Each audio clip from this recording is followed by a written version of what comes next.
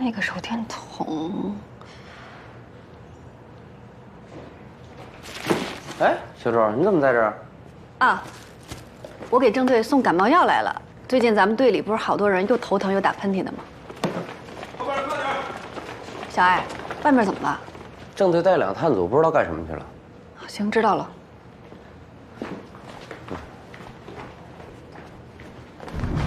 确实什么都没有。但奇怪的是，我刚才拿这个虚拟网络查了一下这台电脑的上网记录，你看，就一个 IP， 还是内网吧，很有可能是你们技术中心留的这台。什么意思？吴正这电脑连网都没上过，是不是就一个？就是嘎嘎响。这么着，把电脑拆开看看。来。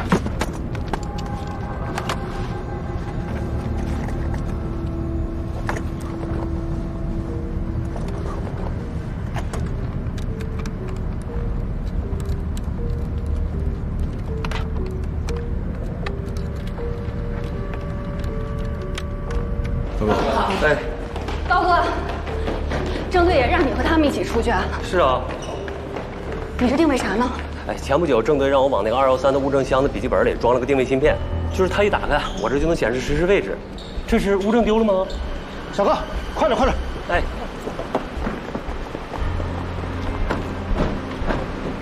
哎，小周，你就别去了，你把那个已经结案的卷宗啊再检查一下啊。行，赶紧上去吧。走走走走。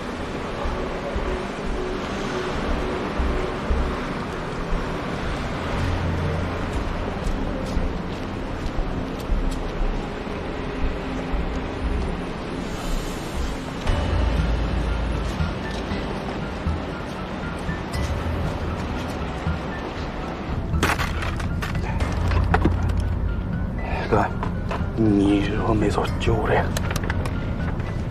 见过这种改装吗？没见过，但听说过。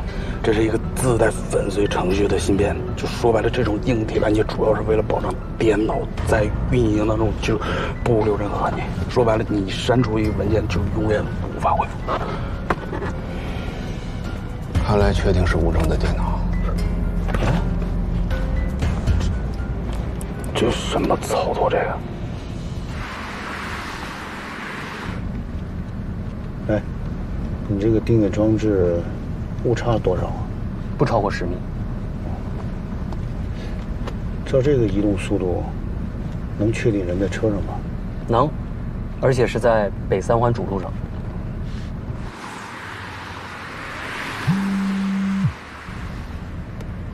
定位。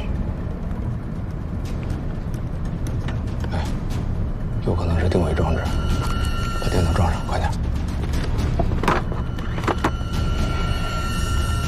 对，过了揽休庭之后立刻出府了。嗯。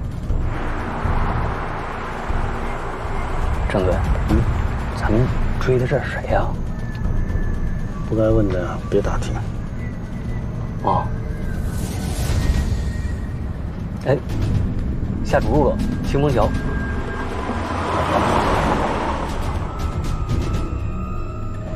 小李，前面清风桥下主路。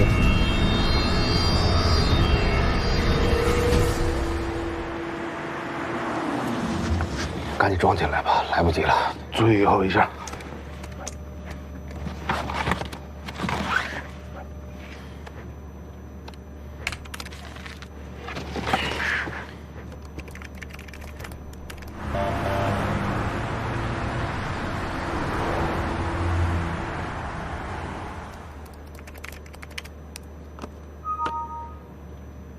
不对呀，等于这硬件没起作用啊？什么意思啊？我刚销毁了一个文件，直接就能恢复，等于这芯片在这没任何意义。可你不是说过，任何文件和使用过的痕迹都恢复不了吗？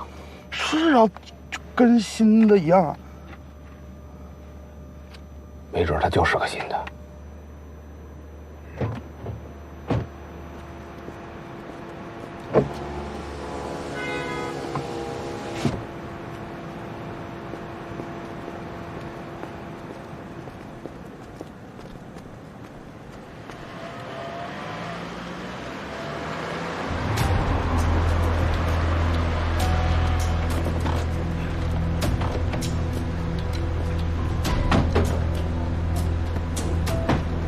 京港大学郑队啊，目标就是从这个门进去的，正往东门移动，看速度应该是步行。你们从东门去堵他，咱们从这进。是。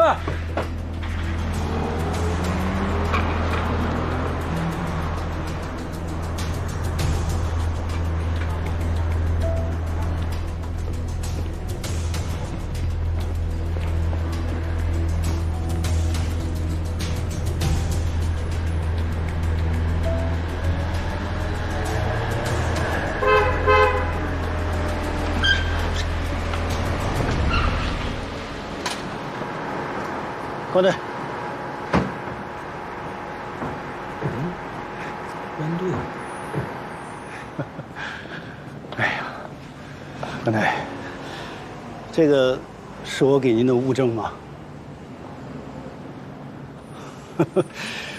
这么重要的物证，您拿到鉴定中心来，好赖得跟我打个招呼吧。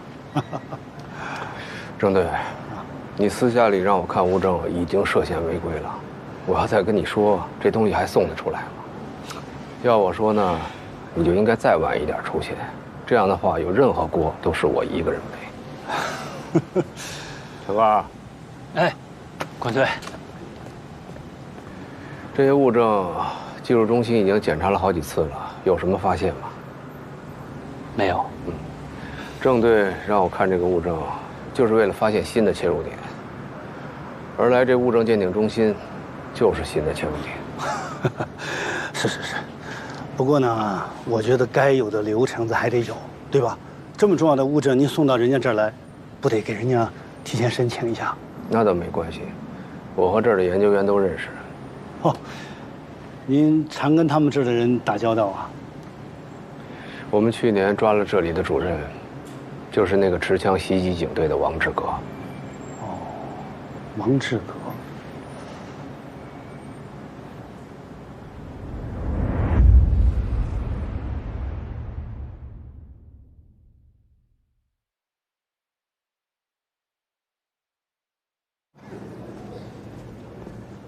咱们公安肯定也对这台电脑尝试过数据恢复吧？各种分区格式 ，HFS、NTFS、FAT，只要是系统支持的，我们都试过。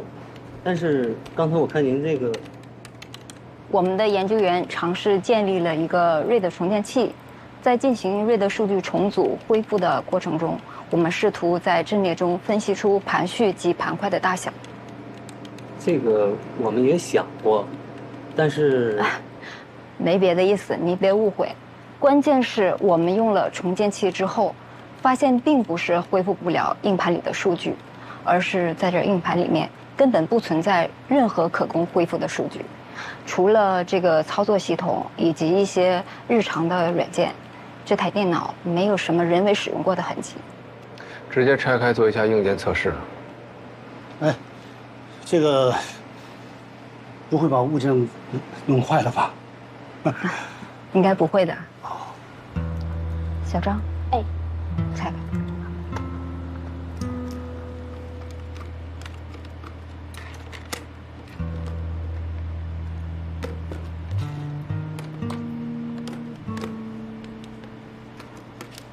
哎，范主任，您看，这个是清除模块吗？应该不是，我刚才在做电脑恢复的时候，这里有一个新建的文件，是被删除又被恢复的记录，时间就在刚才。哎，你那个刚才能看到具体时间吗？半小时前。哦，半小时。半小时前。你们也试验过吧？啊。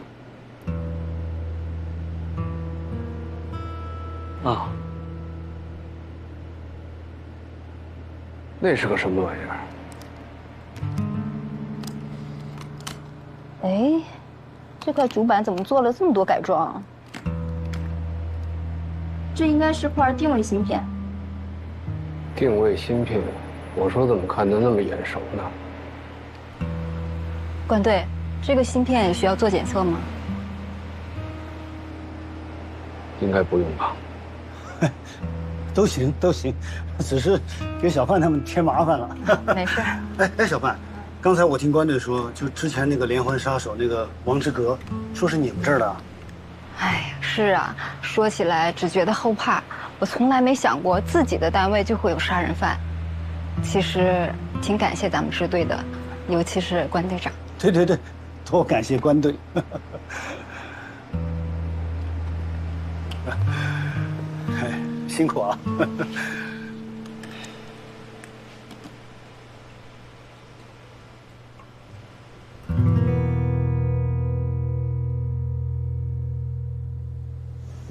哦，我就出去这么玩，郑杰还搞了这么一出。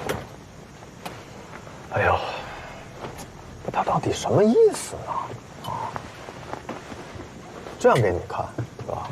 物证给你查，完事儿是又扫指纹又查定位。啊，他不会是想还不知道，但是能看出来他是有备而来的。哎呦，那无证电脑新建的那个文件夹，然后又被删除这事儿，他没再找你麻烦。嘿，对，他肯定没安好心。你看吧，这事儿一准没完。哎呀喂！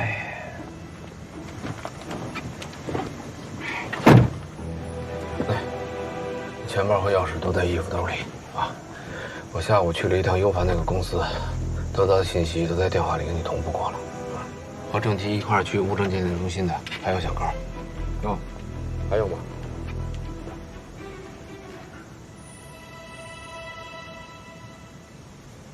还有吗？没了。哎，我说，你们哥俩这么长时间以来，总这么交接，我真怕出纰漏啊。哎，你们俩这事儿，还有谁知道啊？哎，许贤我知道啊，亚楠也不提了，还有没有别人？又来了是吧？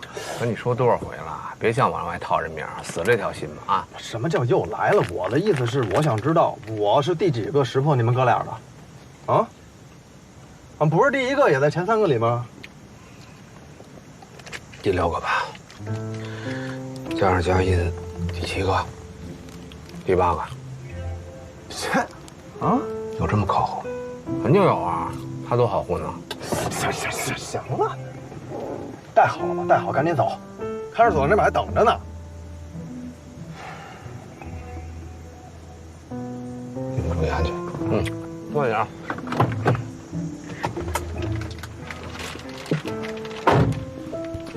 来根。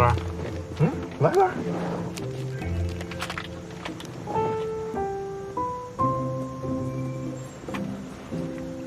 嘿，瞎学吧什么呢？我告诉你，我哥不会让你发现是谁接的他的，赶紧开车。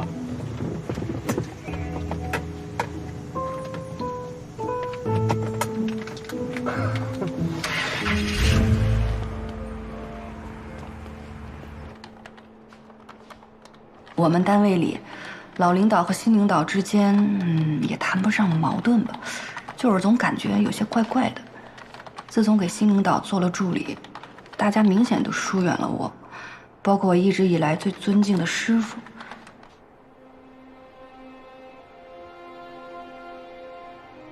而且有时候他们之间做事的方式明显针锋相对，我夹在中间，左右为难。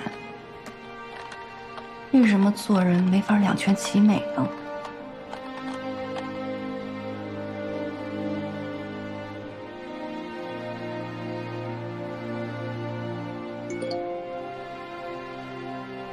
刚才我又不得已做了点亏心事儿，可能心里总还是向着自己的师傅吧。哎，不知道这算不算是所谓的站队？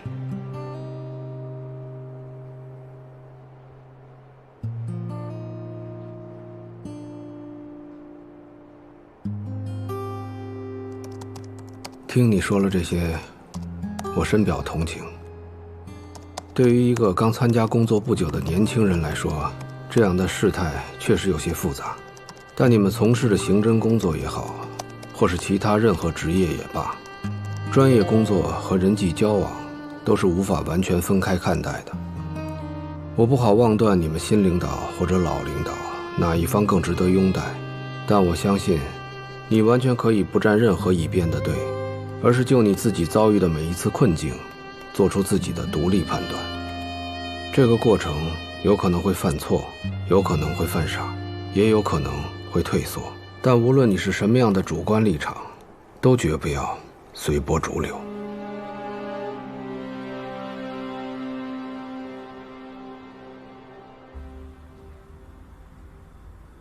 没事。不对呀，这弄得跟新买的差不多。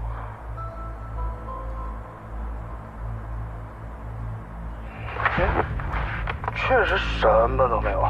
那奇怪的是，我刚才拿这个虚拟网络查了一下这台电脑的上网记录，内线 IP， 你看内线 IP 就一个，很有可能是你们技术中心留下来的。什么意思？吴征这电脑连网都没上过？就是嘎达信。这么着，把电脑拆开看看。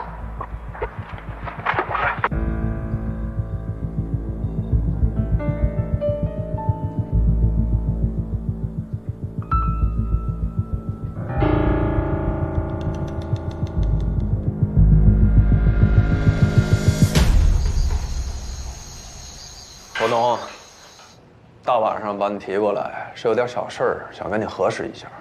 哪位兄弟？咋称呼呀？长风刑侦支队，我姓周。这位姓关。长风关队，哟，有所耳闻啊。我说二位兄弟啊，我这一只脚算是踏进了鬼门关的人了，找人帮忙，不得表示表示啊？哎呀，实在是不好意思啊，没带。哎呦，那也不好意思，太晚了，有点困。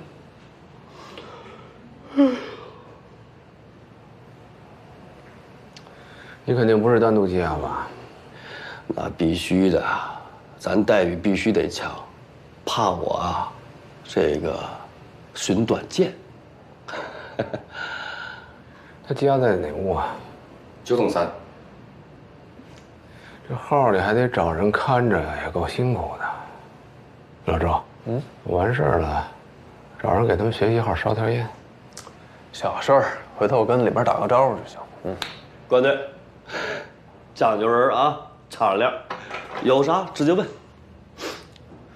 去年的2月6号，去年春节前，有一个叫吴征的，撮合了一笔买卖，有印象吗？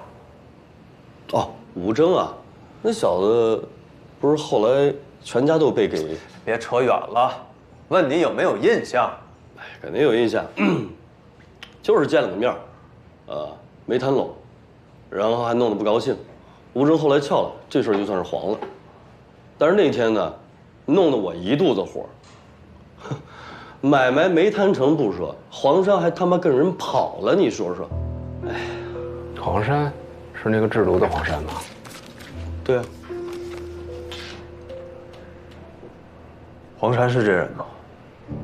就是这孙子啊，就他妈这孙子，就算是烧成灰，我他妈都认识他。吃里扒外的东西啊，别让老子再他妈遇见你。关队啊，求您帮个忙，您多大能逮着孙子？枪毙的时候，您给我托个梦啊，我那头等着。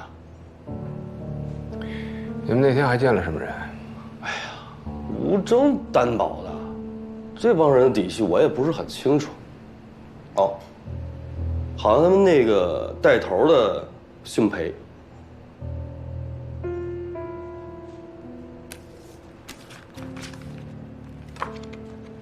你看看，是不是他？不是，这我不认识啊。啊？你再好好看看。啊，不认识。我印象当中，姓裴的长得是短头发、长方脸，然后白白净净，不长这样。你先仔细说一下那天的情况。我也记不太清楚了。我记得就像你们说的，应该是6号，差不多那个时间，6号，2、3天前，吴征牵的线，吴征在中间是保人，地儿是我挑的，就在天河大桥的旁边一栋废弃楼里面。咱们青岛最牛逼，连黄山加上我们4个人。稍等一会儿，稍等一会儿。他们那边过来5、6个人吧。那个裴哥呢？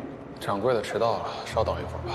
一开始呢，姓裴的不在，说是要等他们什么掌柜的。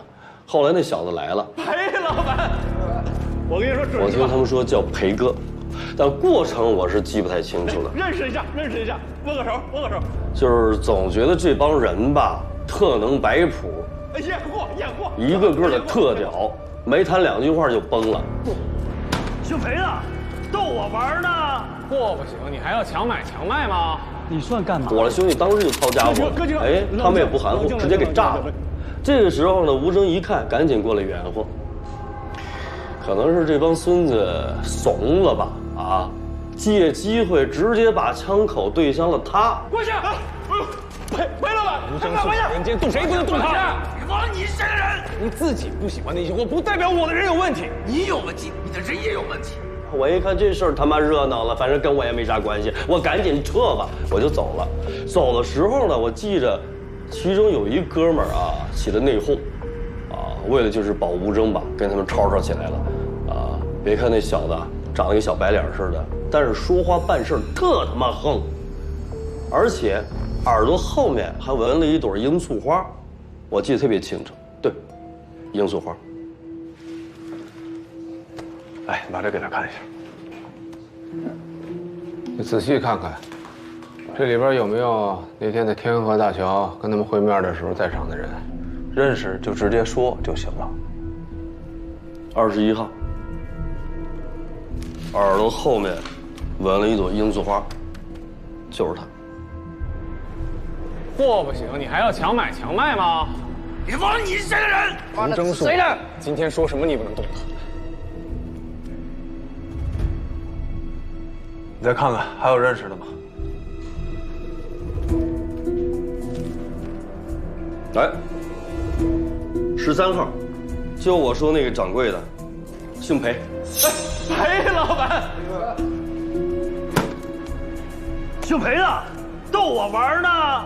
你别忘了你是谁的人。你说你们一把手被绑了，是谁批准你们来这儿给我们送赎金的？这个当然是公司其他高管，还有韦总的家属。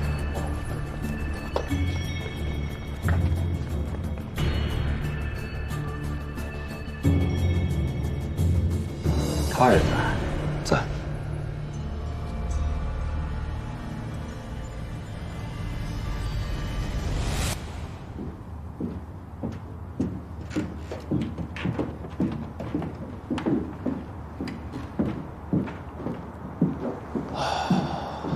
韦总，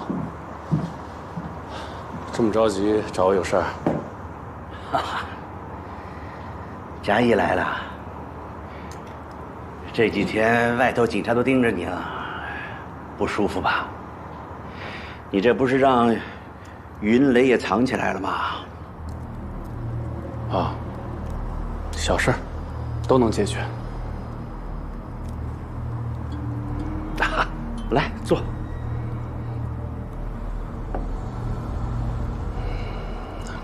咱们兄弟也好久没聚了啊。嘉义啊，这些年跟着我，确实让你受累了。瞧您说的，我就是想把咱们的事儿都做好。你知道吗？当年我看中你，就是因为忠心2字。不管大事小事，你都特别明白。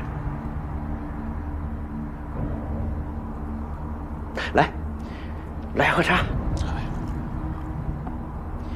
这茶可是大哥给的，特别好。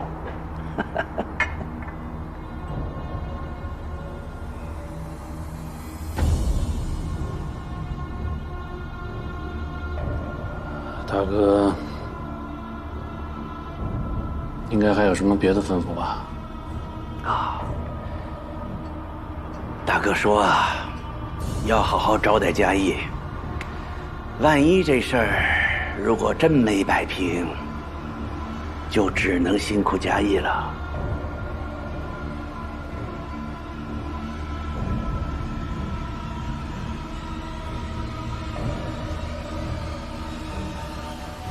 哎呀，这回行了啊！我还犯愁怎么把这裴家义收回来，感情这突破口在这儿啊！哎，你说要不要给他们号里卖点烟啊？但是感谢他。啊，举报有功，反正他也快上路了。行了吧你啊，制售毒品害了多少人呢？这算哪门子功啊？这钱你还是省了吧。哎呦喂，对。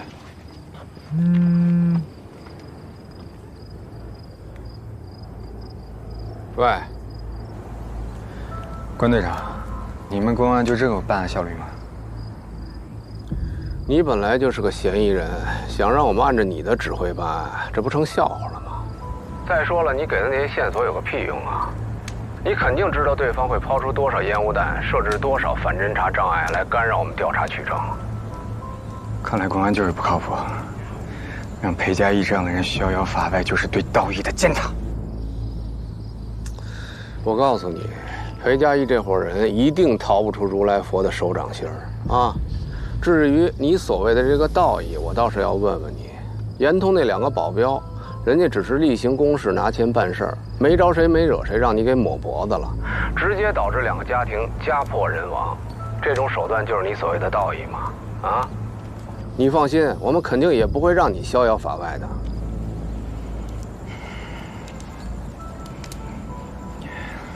好，那就看看我和姓裴的谁命硬。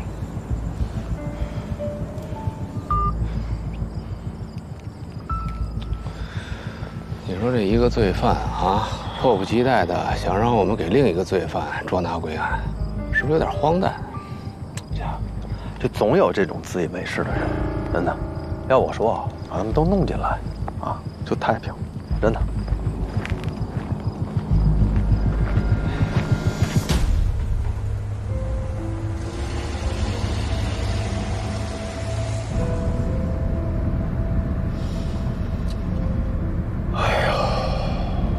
我现在终于发现孪生兄弟的优势了，啊，给我嗓子都哑了。你们可以倒班，我只能一个人生扛。昨天你和宏宇的收获还是挺大的。你觉得裴云磊是裴家义的突破口吗？逻辑上是成立的。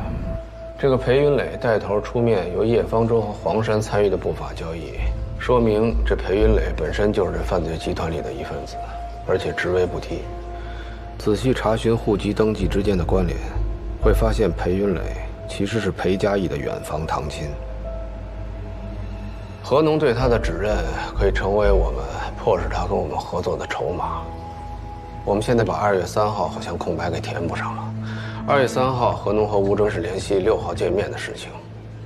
4号呢，吴征联系了周迅，要求见迟文江。5号见迟文江汇报，6号交易，这样前前后后就串联起来了。看来这个掌柜的所掌握的信息非常有价值。来了，走，关队，走队。对不对？上路去。你们还有那天的行动轨迹没有还原出来？哎，关队、周队，正等你们俩呢。哎呀，我听小周说昨晚上没跟你联系上。啊，太困了，睡着了。什么事儿啊？啊，没有，那个发现点小线索。市局网安总队通过大数据的交叉比对，拍到了挟持严通那个人的影像资料。稍微有点遗憾。加油站的摄像头没有及时更新，所以只能还原到这种程度了。本来昨天晚上就要告诉你们的。哎，关队、周队这2天他忙得脚不沾地儿，那肯定分身乏术啊。这件事儿我们一直在摸查，放心吧，像这种嚣张的人，一定会败于自负、自暴其短的。对，迟早摸到他的脚后跟。太好了，太好了！哎，既然官队已经有规划了，那不这样，咱们通知大家来听一听，啊，通知这儿啊。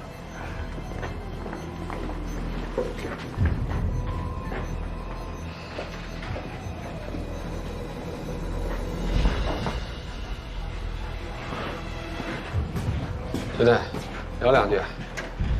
行，一会儿见。来，喝点，提神。谢谢你啊，都有了吧？有。俺这边都有啊。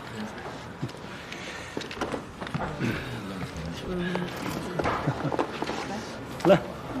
哎呦，来。都来齐了吧？官队，开始吧。前不久的黄河路加油站绑架，这个人在这个地方杀了2名保镖，也就是中间人严通的保镖，然后挟持了严通，通过严通呢左右了整个的绑架案件，同时把中金昆仑也就是裴家义集团的线索暴露给我们。最后在解救严通的这个过程当中呢，他受了枪伤，在现场留下了血迹和指纹。换句话说呢，就是我们现在有了他的指纹和 DNA 的信息。最近一次他是出现在余杭踩踏事件那个案发现场的附近的黑诊所里。通过对医生的突审，我们得知他曾去那里治疗过枪伤。我们2个人通过2次电话他那个电话都装了反跟踪装置。他在电话里主要强调的就是他的所作所为都是出于道义。感觉他就是一个当世的豪侠，为了整个京港在惩奸除恶。老关，我觉着这小子这脑子啊，指定是有点毛病。佳音的行动记录，你应该去问施广陵啊。我哥已经去麻烦过1次市局了，何况我不认为林佳音的这件事儿会出现在他正式的行动记录当中。曲队。不一起吃一口啊？啊，你们先吃吧。好。看来在你们哥俩心里，我是属于非正式的消息来源了。对，我听我哥大概跟我说过这秘密行动的守则，不管是同一行动中还是不同的行动中，这行动人员之间应该不知道对方的真实身份吧？应该不知道，除非有特殊要求。那你向吴征推荐林佳音，跟林佳音打过招呼吗？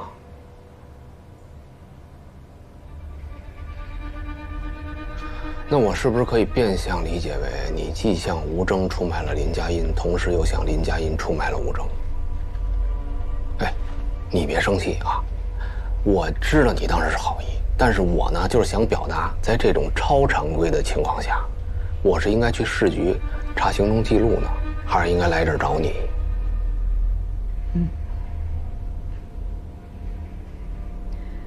2月5号那天。也就是我最后一次见到吴征的那次，我是向他推荐了林佳音，这事儿我跟佳音也打过招呼。2天后他们确实见过面，不过具体聊什么我就不清楚了。你怎么确定他们见了面？因为2天后我接到佳音从保密线路发来的消息，上面说已会面，有暴露风险。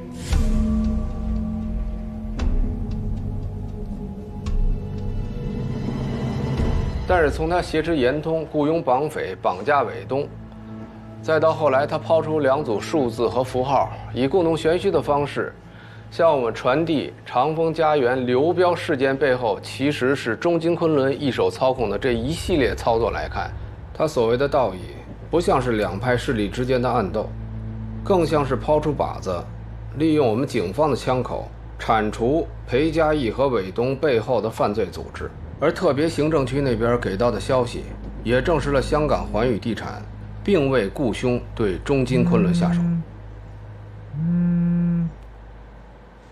哎，新城。喂，老关，你赶紧到海港区生命之舟志愿者协会来一趟，我这有加油站背后胁迫严东那个人的重要线索。好嘞，我这就过来。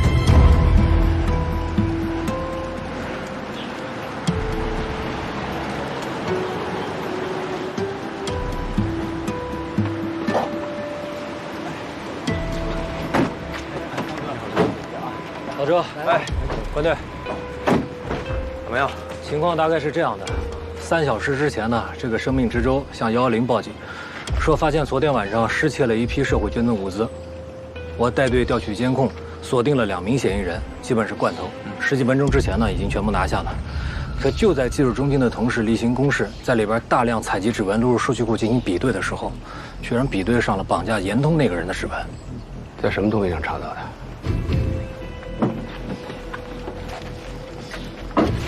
指纹是在志愿者专属的马克杯上面，而且这马克杯上面还贴有每个人的名字，费鑫。费鑫，这是他报名志愿者时用的一个身份证信息。我已经录入到警讯通里边比对过了，查无此人，是一张假的身份证。还有一个重要的线索呢，就是只有在周1和周4的时候，他才会来领取志愿者任务。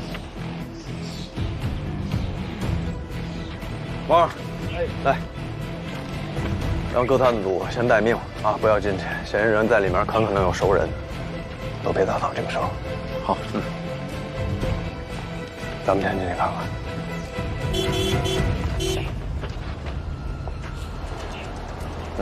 走。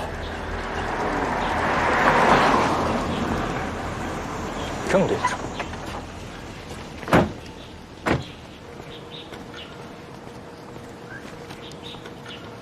我虽然是个代理队长啊，但是在其位的谋其政啊，业务方面我得多跟你们学习啊。就是啊，费鑫，走走，是哪边？啊，这边。来，走吧。来，双子和孙子，是，现在行动。是，黄二，跟我走。走。请签名。周主任。哎，赵队。这位呢就是生命之舟的负责人赵主任，这几位呢是我的同事，想来跟您了解一些情况。啊，好，好，我先走了啊。忙你的，辛苦了。好，回见。赵主任你好。哎，你好。哎，我们就是想了解一下，咱们这个协会一般都负责什么呢？就是一些爱心人士，都是志愿者，对社会一些弱势群体提供帮助。哦，那您方不方便带我们参观一下？啊，方便。哎，这边。等会儿。哎，赵主任，麻烦了啊。这个费鑫是你这儿的人吧？小费是啊，你们不会怀疑他监守自盗吧？这是一个特别好的孩子，不可能的。人在哪儿？在办公室啊。办公室在哪儿207。哎。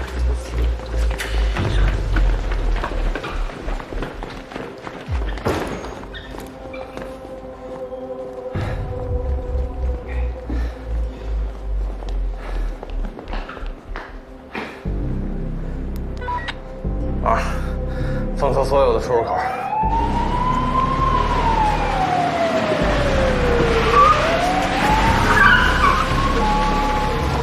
动作快点，后撤了，把这几节箱子拉起来，上个领导，快点！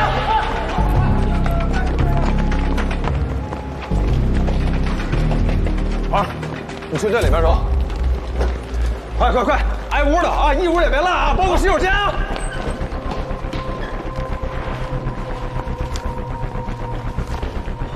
不好意思啊，走。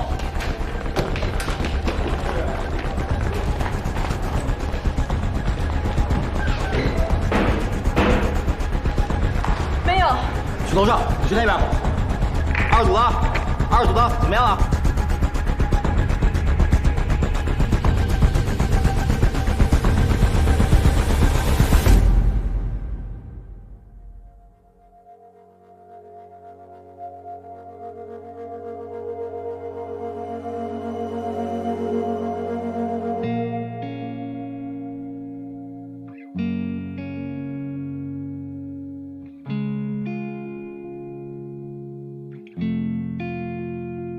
想挣脱，却一直在承受；想自由，却盯着手沉默。一瞬间起心动念，黑白分明的眼，一半清晰，一半深渊。被困在无休无止的猜，勇敢在无边黑夜醒来，愿意敬畏幻化诋毁，即刻一生无名的悲。再见了非黑即白的世界，谁能面对突然不见消失的明天？或许我会否认的是我接受，因为我爱。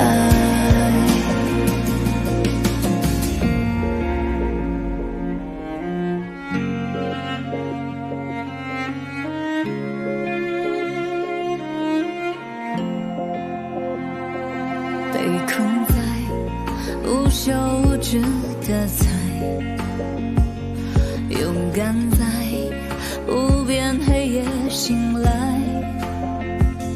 就用敬畏祭奠诋毁，即刻一生无名的悲。再见了非黑即白的世界，谁能面对突然不见消失的明天？或许我会否认的是我接受，因为我爱。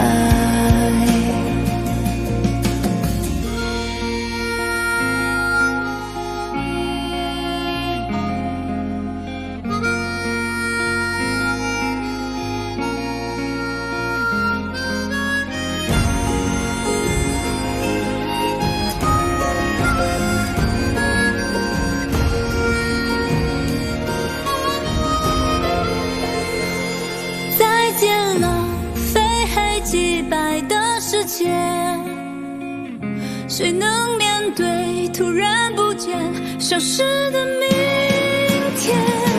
或许我会否认的是我接受，因为我爱。再见了非黑即白的世界，没有画面，闭上眼，光仍在眼前。